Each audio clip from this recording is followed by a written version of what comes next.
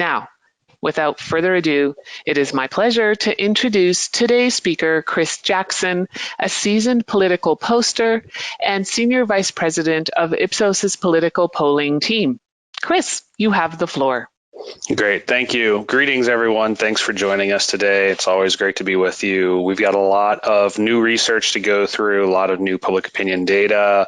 And remember, the summer is typically the quiet season for elections. The election season doesn't unofficially kick off until Labor Day, a little over 6 weeks from now. So we're already going at quite a breakneck pace. So it's only going to get more exciting as we go forward. I wanted to go, though, first off and talk a little bit context, definitely talk about the impact of the coronavirus pandemic, which is still very much shaping American society. Look a little bit more at President Trump, really a presidential reelection campaign is really a referendum on the president. So it's really being shaped about views around him more than anything else, more than former Vice President Biden. It's really about the president. Look specifically at some of our data about the general election. And then I want to conclude today with a broader discussion about how we approach election forecasting, which is not necessarily the same thing as election polling. Election polling is, very much about telling a story of what's happening now. Election forecasting is trying to project forward in time to understand what may happen in the future. A little bit of a different discipline. And again, as Ellen said, if you have any questions, I certainly encourage you to enter them into the question and answer box in the application. I will get through as many of the questions as possible and certainly answer all the questions by email after the webinar if I'm not able to get through to it today. But first off, let's do some context setting. Main problem facing America, we've seen this slide before, we've seen it moving around.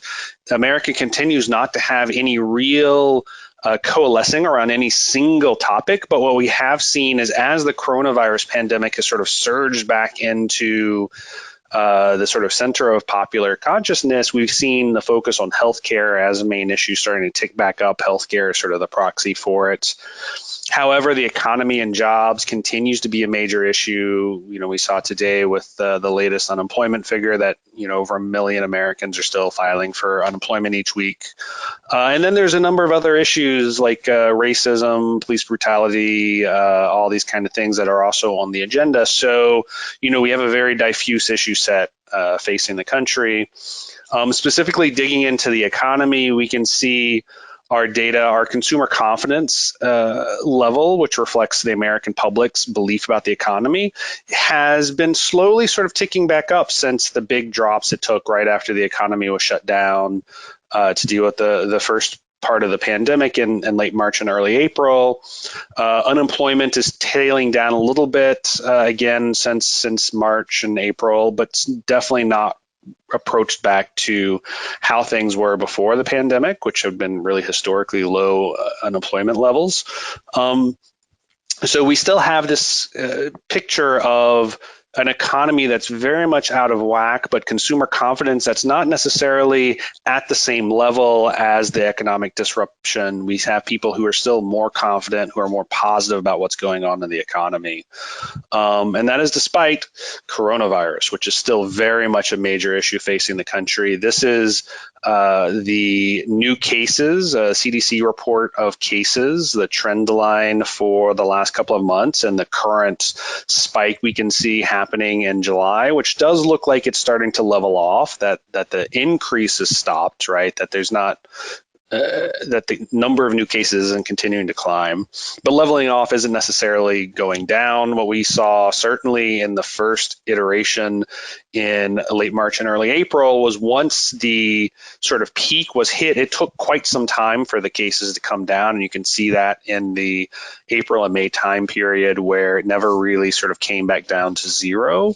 And if we project this forward, and this will get into the forecasting exercise, we can expect the number of new cases happening in the United States, if sort of the previous trend holds, to still be over 40,000 a day, new cases a day. So this is still very much a pandemic that is, moving quickly through American society, and one that by November we can expect a relatively significant number of Americans, talking something like 10% of the population, to have potentially tested positive for the virus, again, if cases sort of continue. But one thing that's happening right now is it's not necessarily, and I'm sure you've seen this, distributed across the country equally. A handful of states, particularly in the South and the West, are the epicenter right now. Florida, Arizona, Georgia, Texas, and California account for a third of all of the infections. The Midwest actually continues to sort of not have experienced a lot of the pandemic yet. So, Ohio, not Michigan. Michigan's certainly had their problems, but like Wisconsin, Minnesota, Iowa, these places, they've not had anything like the level of exposure yet. So there is still certainly some parts of the country that have not really had real close interactions in the way that the Northeast did earlier in the year, and then now the South and the West are. And as a consequence of the spiking cases, American perceptions of the risk are also climbing. This is from our Axios Ipsos Coronavirus Index. We can see that people had started to sort of feel a little bit more normal, feel a little bit more safe in early June. And since then, the perceptions of risk, the concerns about risk have been climbing back across the board, from everything from dining out, which is sort of, a proxy for external social interaction, to seeing friends and family outside the home, going back to work, or even things like going to the grocery store. We're seeing a majority of Americans seeing all of these things as a large or moderate risk right now, which I think speaks to a lot of people sort of taking behavior to try to protect themselves, principally wearing masks. Mask use has been widely adopted in the United States. This also from our Axios Ipsos Coronavirus Index. And right now, 62% of Americans say that they're wearing a mask at all times when they leave the home. And an additional about 25% say they're wearing a mask some or all of the time when leaving the home, giving us almost 90% of Americans, or 9 out of 10, saying that they're wearing a mask some or all of the time. And this behavior, though, is not necessarily equally distributed across society. There's certainly some differences, but the biggest difference is partisan. Mask wearing has become another front in the culture war, and you can see on the right side of this chart huge differences between Republicans and Democrats on wearing a mask all the time. 41% of Republicans compared to 83% of Democrats say they're wearing a mask at all times. You can see some of those differences also play out in race and ethnicity, though that is much more driven by partisanship than it is by actual race or ethnicity. White Democrats are very much in line with Black and Hispanics. White Republicans are lower in line with where the Republican number is overall. And then there's also age plays a factor. And this is one place that runs counter to the partisanship. Younger people are less likely to be wearing a mask all the time. Younger people are also more likely to report that they're going out, that they're socializing, things like that, which is why we're now seeing younger people being sort of one of the centers of the current coronavirus cases in the South and West, much more than in the first set in the Northeast, where it was more older residents. But despite mask usage, we're not really seeing people taking the more extreme steps of withdrawing from society in the way that we did in April. In April, late March and early April, we saw over half of Americans go into self-quarantines where they stayed at home. They didn't have contact with anyone. We saw very few Americans interacting with friends or family in person in that time frame, dropping down to 1 in 5. And then since then, again, as the pandemic has sort of become more normal operating procedure, we've seen people start to reintroduce their social interaction and stop with the self-quarantining. But up to the point in early June when the perception of risk sort of had reached the bottom, but as the perception of risk has increased, we've not seen people readopt to these hard behaviors. They're going to the mask use, sort of the easier types of adaptations and not these harder ones. And I think it's an open question now of if we expect people to sort of revert back into the more bunkering mentality, sort of the real locking themselves down and staying away, or if people are going to sort of continue to sort of try to coast through this by adopting sort of mask use and not necessarily the self-quarantining. One note I can say, though, is in some of the states that are having the worst outbreak right now, we are seeing the number of friends and family ticking down. We're seeing fewer people doing that. So there is, if you break the country up into the areas that are having the worst of the outbreak versus places that aren't, there are some indications that people are bunkering a little bit more in those kind of places. And then when we sort of ask people to look outside themselves, Americans are not terribly pleased with how they see each other handling the pandemic. This is from this week's Axios tracking study, and we find that 3/4 of Americans don't think that other people are making the pandemic better, that they think that most other people are making the pandemic worse. Democrats are particularly pessimistic about other Americans, 83%. Republicans, still a majority, but less so, 65%. And I think this sort of puts us in a place that sort of explains a lot of those sort of rage moments we've seen on social media of people, going at each other about things like wearing a mask or stuff like that, is because there is this sort of sense that the country is going in a bad direction and that people aren't doing what is necessary to get the pandemic under control. And there might be something to that, because when we asked people who went to visit their friends and family in the last week, 44% of Americans, remember, just under half, if they wore a mask or social distance the entire time they did so, we saw that most didn't. Only 18% of people who interacted with friends or family wore a mask the entire time.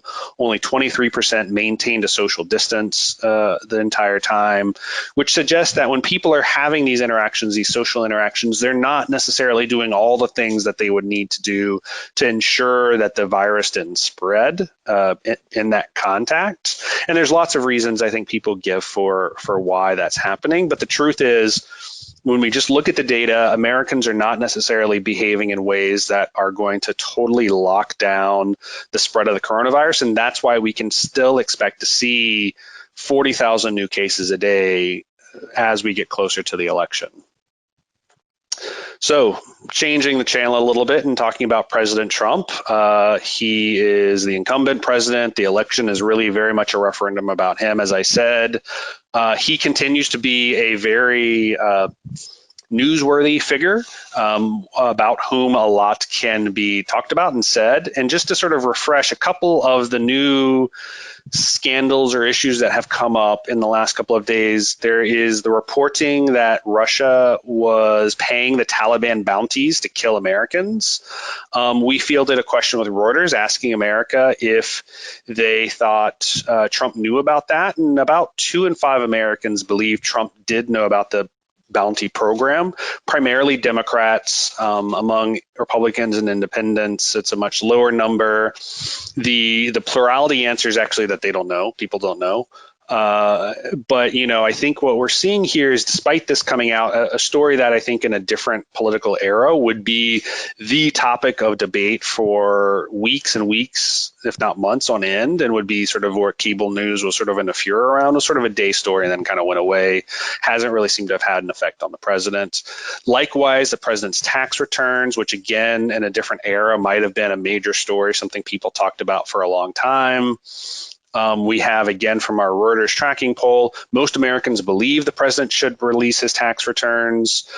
Democrats are inclined to believe he is not releasing them because of some nefarious purpose. Republicans are more likely to believe he's doing it for, to fight back against social justice warriors or the left, or because there's an IRS audit. But again, it's not actually having an impact. Doesn't seem to matter, right? These things that in a different era would be scandals that would sink a presidency don't really make a difference. What does seem to be making a difference, however, is the pandemic, right? And this is, I think, the difference between sort of these DC Beltway news stories, which don't really have an impact on most people's lives, and a pandemic, which we're all having to sort of change how we live to deal with. And what we've seen is that the public's view of the president's handling of coronavirus has been sliding ever so slowly over time, from when we first sort of were introduced to it in March, when there was a little bit of a rally around the flag moment and his support was relatively strong, to now where just over 1/3 of Americans think the president's doing a good job handling it. At the same time, views of his handling of the economy have remained relatively stable, though they too have slid slightly since the pandemic has begun. Before the pandemic, typically a little over half of Americans, 52, 53, 54% of Americans thought the president was doing good on the economy. This sliding is not necessarily a good sign for him, but he's at least still above water. That is, his positives are bigger than his negatives. But when we sort of take these together, right, what we're seeing is that his overall approval rating is sliding, and it's sliding very much sort of in correlation with views of his handling of the coronavirus.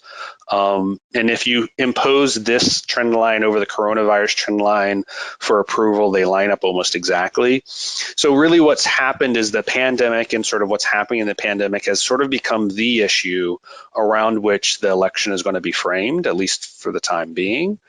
And that is very much going to drive what happens in November, is how the pandemic sort of plays out over the next 3 months. Speaking of November, we have a lot of election polling, and let's just jump right into it. So in our most recent Reuters Ipsos poll, we have Vice President Biden up by 8 points among registered voters, up by 9 points among all adults. The election is extremely partisan right now, with Democrats decidedly going for Biden, Republicans decidedly going for Trump, independents split, with a huge chunk of independents saying that they're voting for some other candidate or not voting or not sure, which we generally just sort of lump together into an undecided bucket. This standing right now is at a pretty strong position. This is outside the margin of error. However, I would counsel that, again, if you look at those three categories, the undecided category, that's 16% of the electorate that's living in there among registered voters. That 16% is certainly more than the 8% lead that Biden has. In 2016, one of the things that happened was a lot of those undecided voters ended up voting for Trump on election day. People who made up their mind who to vote for in the last week or in the voting booth, which was about 10 or 12% of the electorate, went for Trump almost 2-to-1 over Clinton in some states, helping him really close that gap that he had to Clinton early on, and in some states helping push him over the top, particularly those upper Midwestern states that he won. The issues, again, we've seen these top two issues of restoring trust and dealing with coronavirus have been sort of moving around. As coronavirus has moved back to the center of the agenda, it's become the top issue again.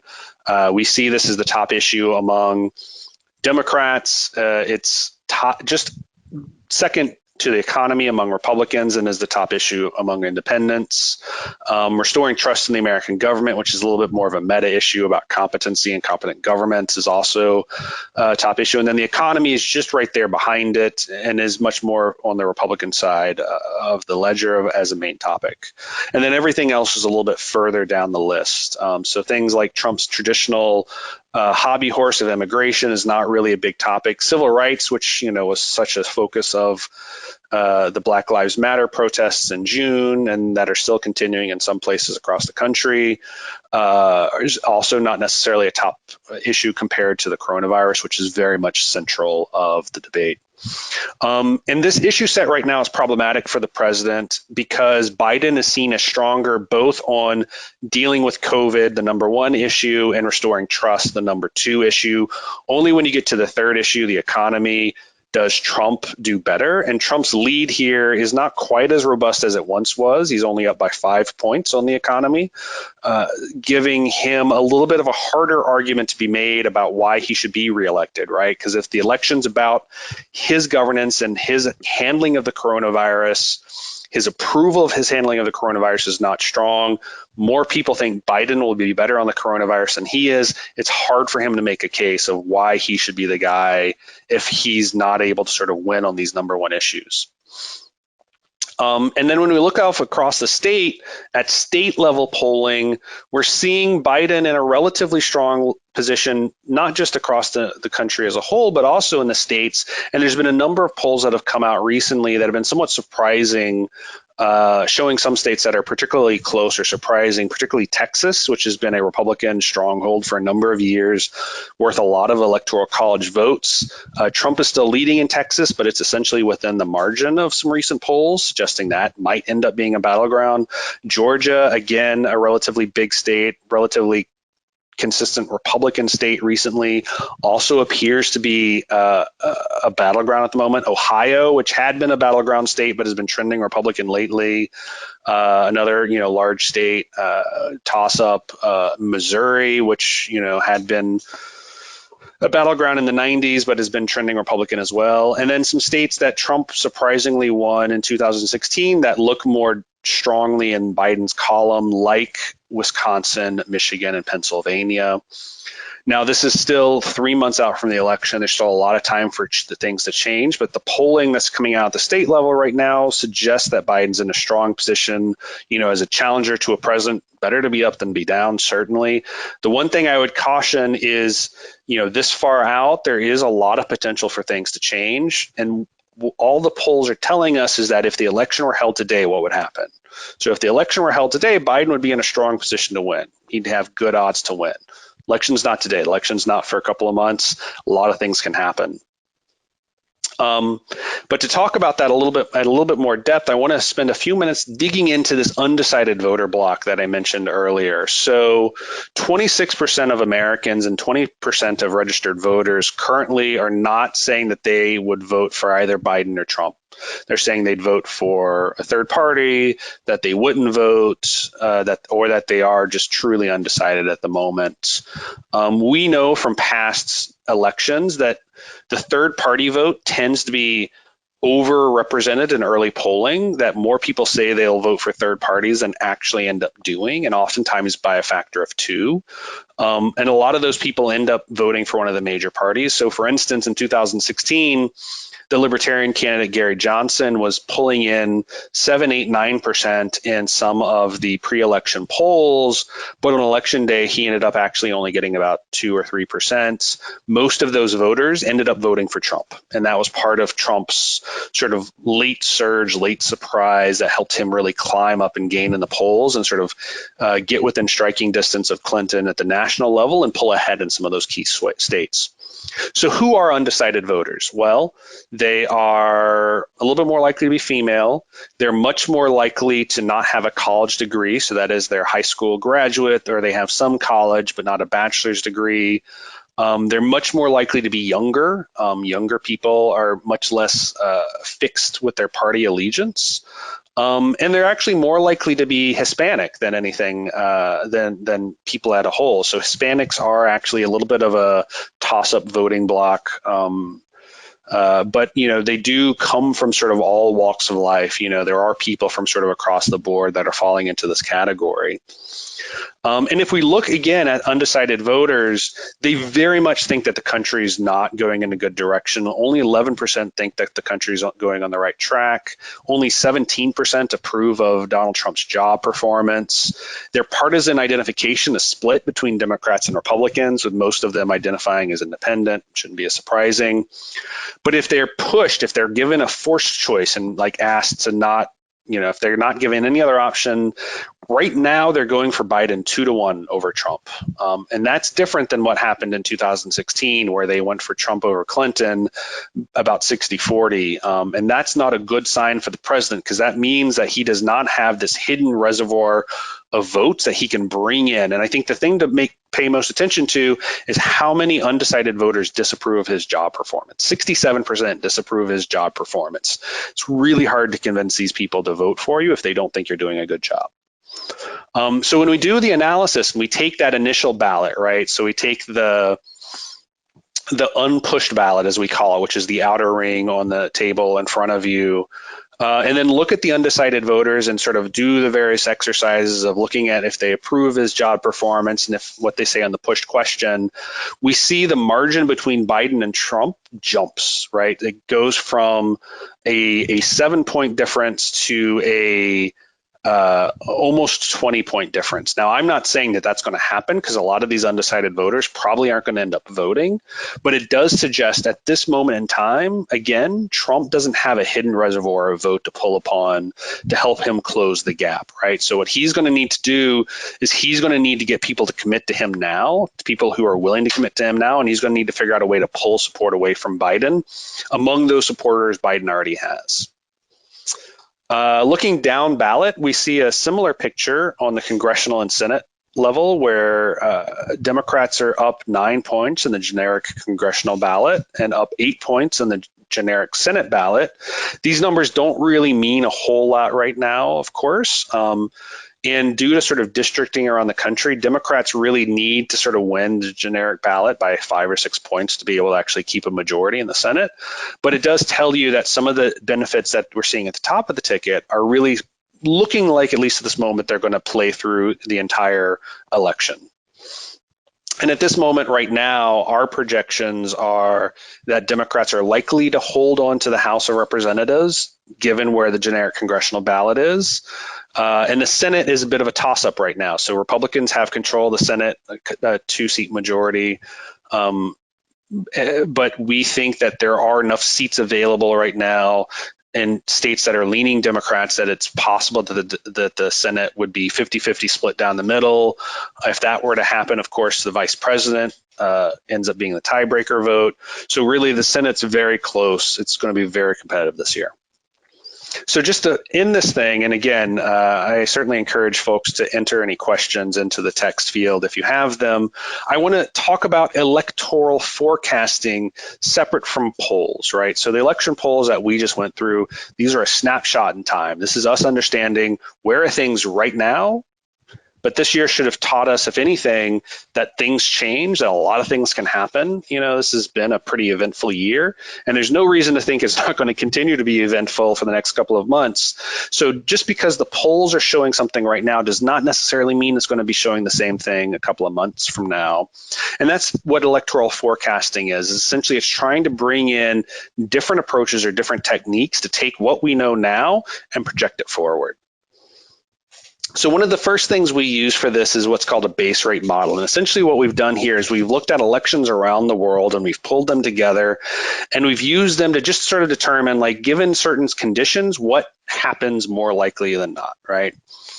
And what we've done is we've looked at the president or the incumbent chief executive's approval rating, and then what happens in the election. So do they win or do they lose? And one of the things we find is that an incumbent with a 40% approval rating generally more likely than not will win re-election. 55% of the time will win re-election. So that's essentially in 100 elections with a president at 40, 55 of them win, 45 of them lose. Trump in February, before all this started, was at 43%, which gave him closer to 65-35 odds, which is not necessarily a bad place for an incumbent to be. However, since then, things have happened. So COVID's happened, the economy's crapped out, the Black Lives Matter protests have sort of erupted, and that's driven Trump's approval rating down and has driven his base rate odds down from somewhere north of 60 to about maybe 45 now. Which means that, again, if 100 elections were held with an incumbent with a 38% approval rating, only 45 of that 100 would win re-election. That means he's an underdog according to this base rate model, right? And this model, it's very abstract. It's very sort of taking a step back and just looking at patterns across society. There's no sort of nuance or detail, but it's a great way to just sort of take a lot of the noise and the heat out of it and just think, okay, what would happen given sort of no other information. So right now in that sort of thing, Trump's a bit of an underdog. The second thing is what we call a main issue heuristic. And this is basically the idea is whatever people care about, whatever the number one issue is, whoever is seen as better on that issue wins. And that actually holds true about 80% of the time. The candidate who's strongest on the main issue wins the election. And right now, what we're seeing is it's the COVID. Dealing with COVID is the main issue, right? And we talked about this a few minutes ago, and Biden has a lead on that, right? And that suggests that Biden is, at least at this moment, also got a stronger position on this main issue heuristic. But elections in the United States are not national elections, they're state level elections. At the state level, Biden is doing pretty well in the polling. However, Donald Trump's approval rating is actually stronger in a lot of these states than they are at the nation as a whole. And if you take that base rate model that I mentioned before and apply it to these individual states, his odds are actually stronger because his approval ratings are stronger in many of these places, suggesting that there is a little bit of mismatch. And if you sort of take this base rate model, apply it to all the states in the country, you end up with Trump actually slightly favored right now due to the structure of the Electoral College and his somewhat stronger approval rating in certain states. Because, he's got terrible approval rating in California, terrible approval rating in New York. He was never really going to win those states, though. That's bringing his national number down, but like in the upper Midwest, his approval number in those states is actually better than it is nationally, and that's actually keeping his chances a little bit stronger.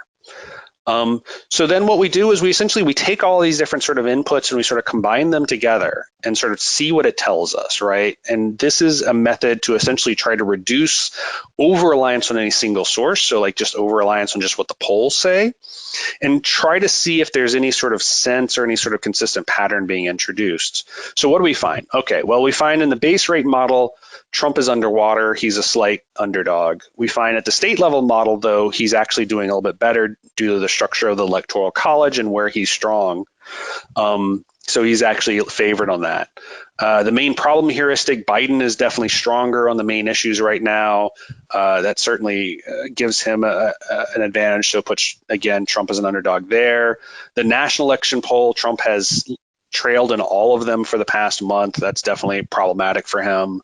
And then the state level election polls, again, he's trailing in those as well. So if we just sort of average all of these together, what we're given is Trump, at least at this moment, is an underdog. He's about 43% chance of reelection if we just sort of take a straight average here, meaning Biden's sort of the favorite at the moment.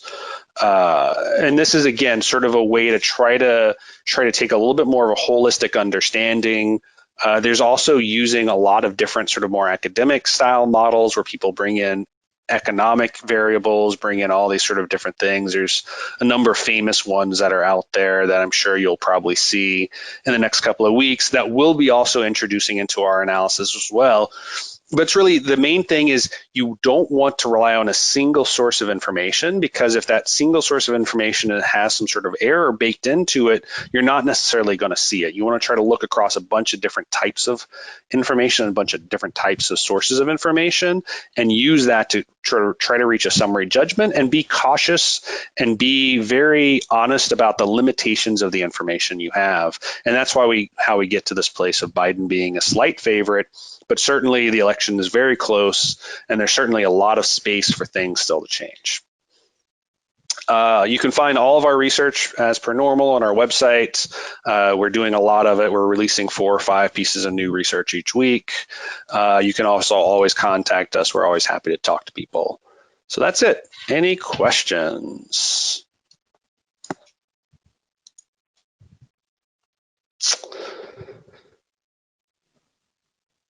All right, so let's see. Sorry, I just have to get the question thing working here. Do you have a sense of the impact of vote by mail and other voter access issues on the election? That is a great question. That is one that I'm certainly very concerned about right now, is how that's going to play out. Historically, vote by mail and these other sort of non-in-person voting things have tended to actually help mostly older voters vote. They're the ones who take the most use of that, which generally speaking says it helps Republicans more than Democrats, as the Republican portion of the electorate is generally a little bit older. But we've seen such a huge shift in how people are planning to vote this election cycle. A lot of states have adopted vote by mail or, no excuse absentee voting that haven't really done it before. So there's a lot of questions right now about what that's going to do. One of the things we're going to be doing in our public opinion polling is we're going to be very careful when we start building our likely voter models, which we haven't done yet. We usually do that closer to Labor Day, to take into account sort of people's access to voting, people's fear of going to vote in person, people's ability to get these sort of vote by mail systems, because they're not necessarily equally distributed. Some states you have to apply. Some states you just automatically get a ballot. There's a lot of different sort of rules that are going into it. And we're going to be very careful to try to bake that into our calculus, and be very explicit about it when we do our reporting. That these different sort of assumptions that we're making of how these different voting systems will play and what the impact will be, right? And maybe it comes at, like, if you have a huge vote by mail, Biden wins, and if you have no vote by mail, Biden still wins. And then you can sort of say, well, it doesn't seem to really matter. But we're going to definitely do a lot of modeling with our data to try to see if there are certain conditions that flip the results. And if that happens, then that's definitely going to be something we're very cautious with. All right, next question.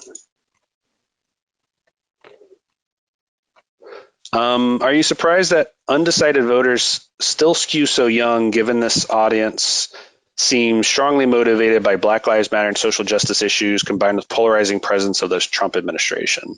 I mean, like, on a personal level, I am surprised that anyone doesn't have an opinion about Donald Trump. He does seem like the kind of person that you would have, one way or the other, have strong feelings around. So yes, that being said, the truth is most people don't spend as much time thinking or focusing on elections as, I do. So it's actually pretty typical that a lot of people just aren't as engaged. And a lot of times these people aren't even necessarily they're not engaged in politics or governance sort of full stop, right? They're people who are just living their lives. They don't kind of care in a lot of ways, right? And I don't think it's surprising that younger people are overrepresented there, because younger people have historically had much lower levels of voting and electoral participation. It really isn't until people sort of reach their late 20s that they start, a majority of a particular age cohort starts to vote. 18-year-olds hardly show up to vote. 19, 20-year-olds, like, just they don't vote at very high rates. And part of that is, people are going to college and they're sort of figuring out their lives and they're doing everything else. And there's a lot of other priorities that come up. And part of it is that they just haven't gotten into those sort of habits of voting and seeing why voting is important relative to anything else. So that doesn't terribly surprise me.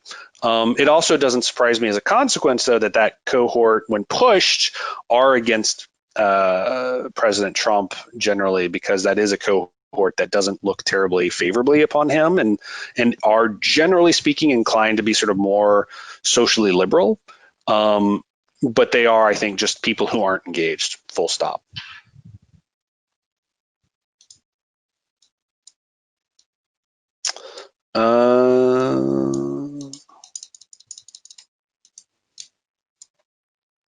Let's see, next question.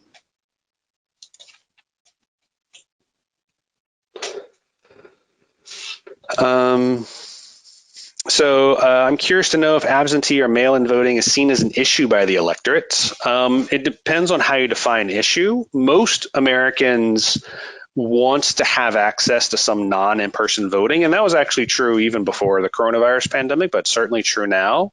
There is starting to see some concern about fraud or these kind of things, particularly on the Republican side of the ledger, as the president, has particularly pushed the idea that voting by mail is riddled with fraud. I mean, there's very little evidence that happens. Most cases of voting fraud are sort of much more sort of overt.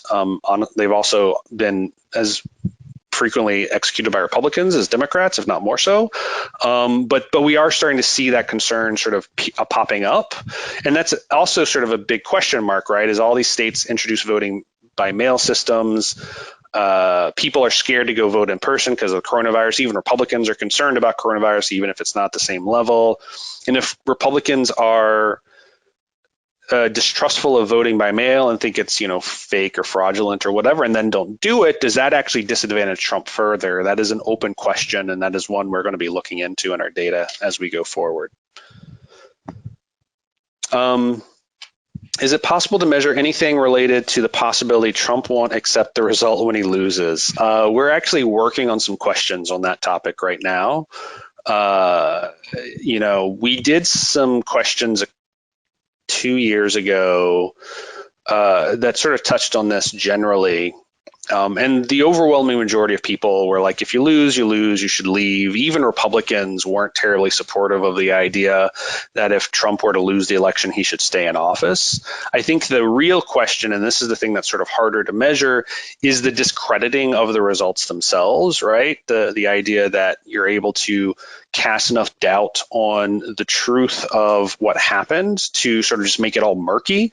And that's where there's a little bit more cause to concern, because we definitely see, a majority of Republicans willing to sort of follow Trump's lead on a number of questions of fact, theoretically, where they're sort of willing to sort of take his position rather than sort of the pronouncement of experts or other things. A good example is we just released some data asking people about the official death toll of COVID and if they thought that the official number was an overcount or an undercount. So essentially, do you think that the official number is inflated or not?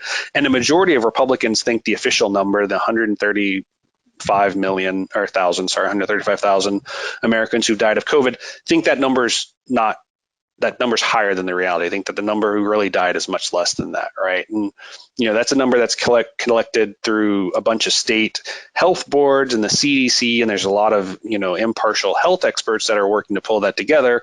And the number's probably not right, but it's probably not right due to a number of boring bureaucratic reasons.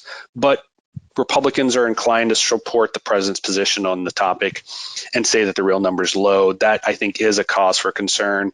That is also something that we're looking to measure, but it is going to be somewhat difficult to do so because, again, you're sort of getting at this whole, like, what is truth, which is just it's a murky and difficult topic. Can you tell us anything about your link up with 538? Are they inputting on modeling? So we work with 538. We don't collaborate with them on development of models. They use our data in their models. They use everybody's data in their models, though, so there's nothing special about that. And we certainly talk with them a lot, sort of at a more lay sort of discussion level about what we see is going on, but we're sort of building our own projections and expectations. They're building their own thing. And that's actually a good thing. You want people to be independently doing stuff because there's less likely there'll be sort of, people sort of seeing this and sort of doing the same thing and seeing that and doing the same thing. If they're independent, you should see people come out with models that are showing different results, and that's a good thing. It's just like you should see polls coming out with different results asking the same questions, because there should be some variation in the sample, there should be some variation in the findings, and that sort of movement, that noise really does suggest that the work is being done correctly. That being said, I think the people at 538 do good work. I certainly recommend them as a source, particularly to keep track of sort of the poll averages and stuff like that. They're good people to work with.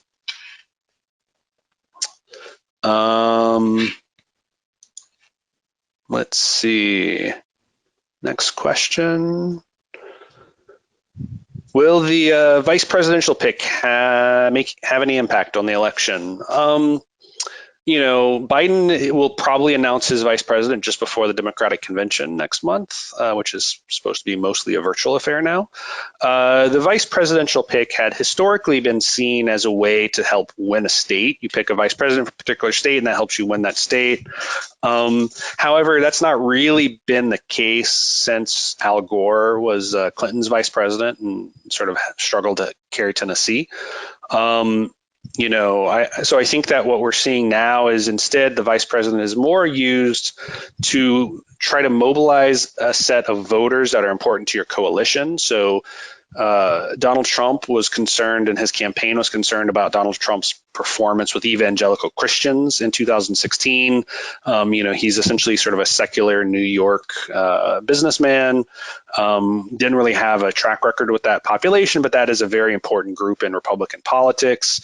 So they picked Mike Pence, who had a very known track record on socially conservative issues, and and was very well known and well liked by the evangelical Christian community to sort of help lock down that support. I think we're going to see Biden sort of do the same thing with a block of voters that are important for the Democratic coalition. That's why you've seen him talk a lot about it being a woman. He's committed to picking a woman as his vice president because women are the majority of the Democratic Party right now, and the difference between women and men are actually one of the reasons that Biden is well ahead of Trump in the horse race. You've also seen a lot of people talking about him potentially picking a black woman because the African American population, even though it's only 13% of the population, votes almost entirely for the Democrat, and that means that they're very important for the Democratic coalition. But there's also been talk about, someone from the upper Midwest to help bring support in from those states, things like that. But at the big picture level, the vice president pick hasn't really been shown to have a huge impact in the last couple of years, last couple of election cycles, sorry. So it tends to be something that ends up being a little bit more of an inside baseball, inside the campaign sort of a thing about sort of how do you build the coalitions to make sure that the campaigns are able to sort of work and motivate their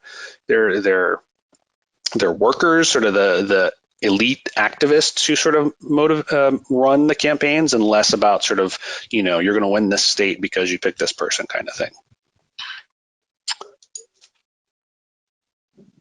All right. I think that is all of our questions today. Again, I appreciate you taking the time out to join us. We will be back again next month, Thursday, August 20th, 1:30 p.m. Eastern Time for the next Inside Track election coverage. And then again, certainly encourage you all to reach out to us if you have any questions. Thank you for your time. Have a great afternoon. I just really want to thank Chris for today's really interesting presentation, and thank you everyone for joining us today. If we didn't get to your question, then we will do so by email, and you will also receive an email with a direct link to today's recorded presentation. Of course, we welcome the opportunity to speak with you directly, so please feel free to reach out. That now concludes today's Ipsos webinar. Have a wonderful day.